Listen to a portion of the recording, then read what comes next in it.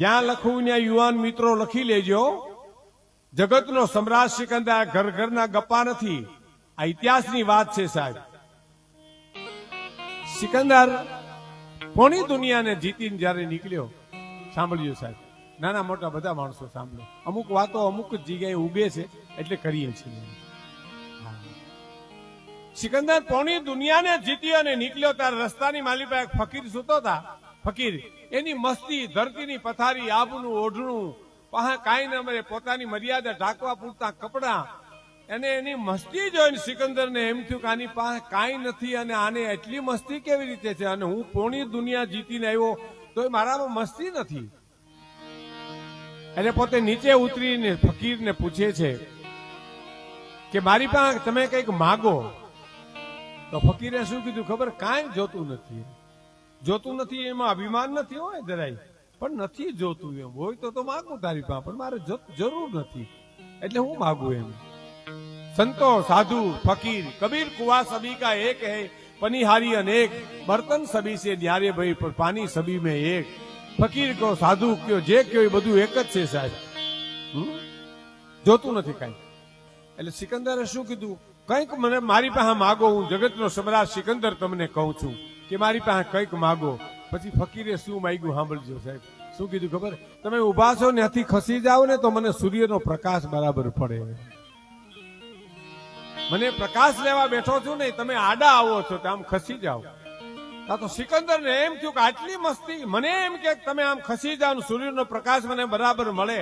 તો એને ખુશ થઈ ગયો, એની ઉપર ઓળઘોળ થઈ ગયો અને પગમાં પડીને એટલું બોલ્યો કે આજ હું ભગવાન પાસે માગણી કરું. સિકંદર કે આવતો જન્મ મારો આવો ફકીરનો દેજે, મને આવો ફકીરનો જન્મ દેજો. એટલે ફકીરે શું કીધું કે ભગવાનને હેરાન કરવામાં હું કામ સમય બગાડશો, આની પર હુઈ જા ને, અહીં કૂતરું હુતું નહીં, તું હુઈ જા. હવે આમાં ક્યાં ફેર પડે છે?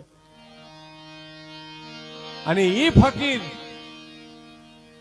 એની મસ્તી સિકંદરે જોઈ અને નીકળી ગયો. પણ જયારે સિકંદરની છેલ્લી સ્થિતિ હતી, જયારે જોજો જગત પોણું જગત જીત્યું જેને, અને છેલ્લી સ્થિતિ એની, અને હવૈદો હકીમો બેહી ગયેલા, બધા ચકલું ફરકી શકે નહીં, કોઈ જવાની મનાય, કોઈ આવે નહીં, જાય નહીં, ક્યાંય નહીં, આમ જકર બંધ થઈ ગયેલું કે હવે ઘડી બે ઘડી ગણાય છે સિકંદરની વિદાયની.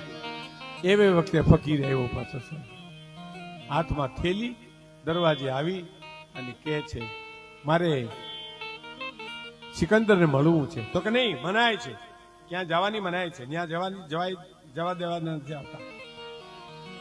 અરે પણ કે હું ક્યાંયથી આવું, દૂરથી આવું છું, મારે એને મળવું છે. તો કે એની સ્થિતિ ખરાબ છે, વૈદો હકીમો બેઠા છે, છેલ્લી ઘડીઓ ગણાય છે, ત્યાં જવાની મનાય છે. જેમ સુદામાને કૃષ્ણને મળવા નહોતા દેતા, એવી સ્થિતિ સિકંદરની પાસે જવા માટે ફકીરની થઈ સાહેબ. હે, સુદામાને ક્યાં જવા દેતા હતો કોઈ? હે, પણ અસ્તિત્વ મદદ કરે સાહેબ. તમારી અંદરની ઝંખના જો હોય ને તો અસ્તિત્વ આવીને તમારી મદદ કરી જાય સાહેબ. ભગવાન આવી જાય, હો, કુદરતી રૂપ લઈને આવી જાય, મદદ કરે. અને એમાં કોકને કરુણા જાગી કે જાવા દો ને, એમાં શું વાંધો છે? ફકીર આવ્યો છે, બિચારો કાકલુદી કરે છે, તો ભલે ને જાય. ગયો હડેલા. અને વૈદો હકીમોની આમ લાઈન લાગી ગયેલી છે, અને આમ સિકંદરની છેલ્લી સ્થિતિ આમ આંખું ટકર ટકર થાય જોવે છે. ત્યાં જઈને સામે જઈને આમ ઉભો રહ્યો.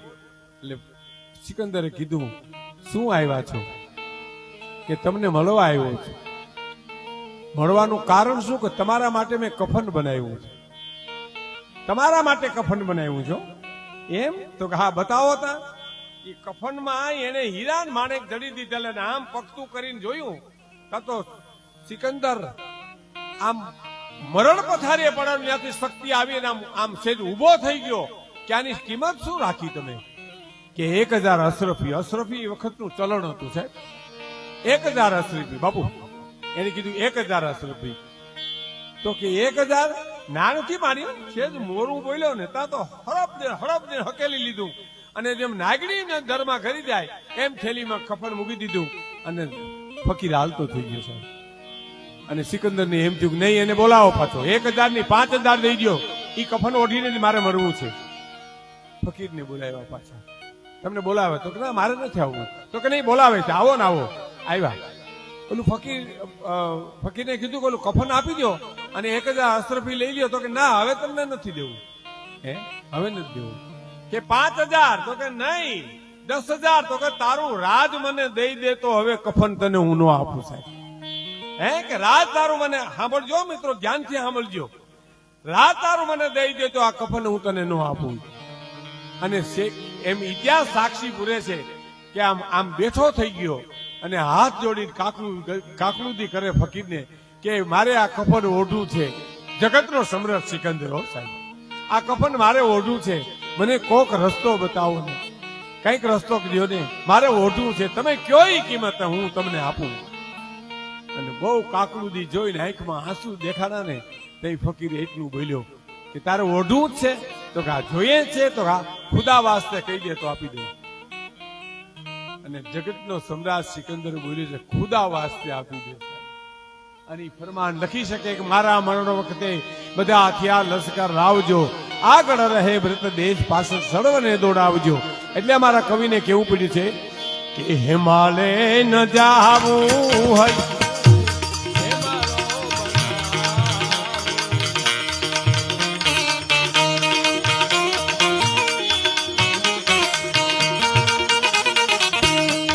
હિમાળે ન જાવું હયું હિમાળો બનાવ, હરિના ભજનને માટે હિમાળે ન જાવું, હિમાળે ન જાવું હયું મારું હિમાળો બનાવું, હરિના ભજનને માટે હરિના ભજનને માટે. હિમાલય જાવું હયું મારું હિમાલય બનાવું, મારા હૈયામાં હું દયા રાખું, કરુણા રાખું, દાતારી રાખું, સુરતા રાખું, માનવતા રાખું, એને ક્યાંય જવાની જરૂર નથી સાહેબ.